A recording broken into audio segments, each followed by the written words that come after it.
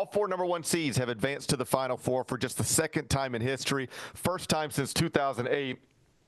On some level, there's a lot of data points that suggest on paper, this is the greatest Final Four that we've ever had. Some people don't like that because it lacks a Cinderella story. Where do you stand on that topic? Well, look, you're supposed to determine the best team in college basketball, right? And in order to do that, I think it helps that the best teams continue to win deeper and deeper into the tournament. We love the Cinderella story, especially for those who aren't diehard college basketball fans. It gives us another thing to root for. But a Cinderella team or 2 Cinderella teams getting all the way to the Final Four doesn't necessarily tell you that the best team in college basketball is going to win the championship. And to me, that should be the goal, right? So if these are the 4 best teams based on what they did in the regular season, they did their conference tournaments, the committee said these are the best 4, well, then these are the best 4 I want to see. I mean, think about the playoffs in the NBA. Ideally, you would want to see the top 2 seeds from each conference playing in their respective conference finals. In the Super Bowl, or excuse me, NFL playoffs, you want to see the top teams competing in those AFC and NFC championship games. That's what you really want. See, who is truly the best? Well, the best have to beat the best. And to get 4 number 1 seeds there, obviously it's really hard in a win or lose tournament. But I'm excited about it. Would a Cinderella be cool? Great. But do they usually have a chance of winning? No. Like, what's the best Cinderella story yet? Maybe Butler, I guess, getting there with a chance. And it was great. But who won the championship that year? That's what ultimately you're going to remember. Yeah, like Butler actually did have a shot to win one of those titles when it played Duke. Gordon Hayward had a shot at the buzzer. But broadly speaking, the way the quote-unquote Cinderella stories usually end is with a blowout in the Final Four. True. That's what happens. That is usually what happens. And I know this sounds like obvious, but it's not, because it's not always true. All 4 teams in this Final Four can win the national championship. Like, any of them are good enough to do it. And that's not always true when you get to the Final Four. Like, the George Mason story was cool, but I knew when I got there they weren't winning 2 more games. VCU, awesome story. They're not winning 2 more games. Any of these 4 teams can win 2 more games. I think that sets it up to be awesome. I'm exhausted. What I really can't wait for is to get back home after the Final Four. But short of that, I can't wait to get to the Final Four. It should be terrific. Your Kentucky Wildcats lost in the Sweet 16. Great first season for Mark Pope. There was a sweet moment in the post-game press conference.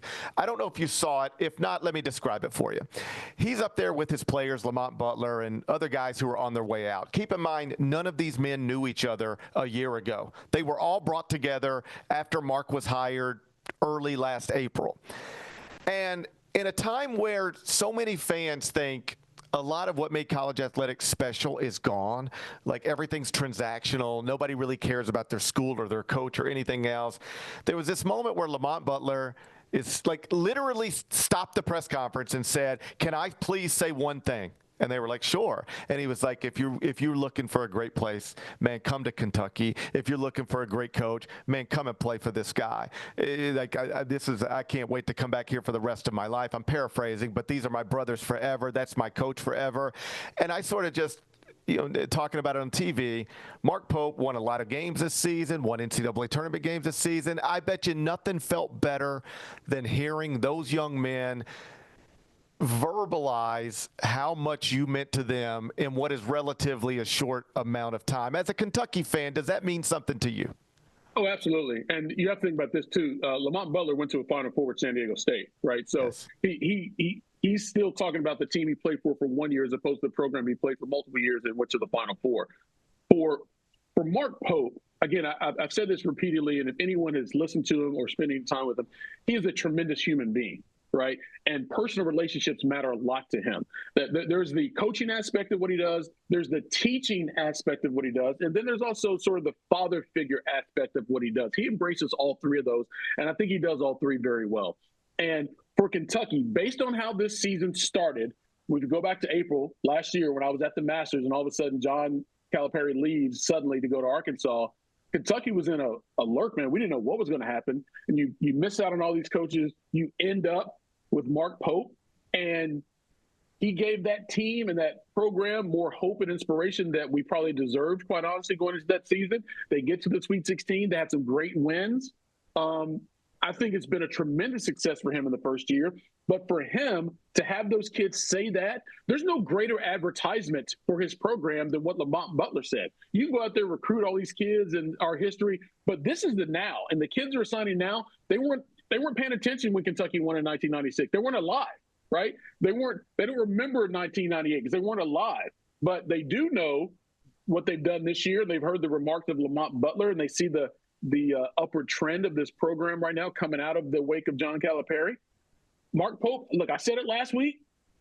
All things considered, I think he probably did the best job in the country to be coach of the year. He won't win it, but Kentucky fans can't be anything but ecstatic with what happened that first year. The Gary Parrish Show, live weekdays at 10 a.m.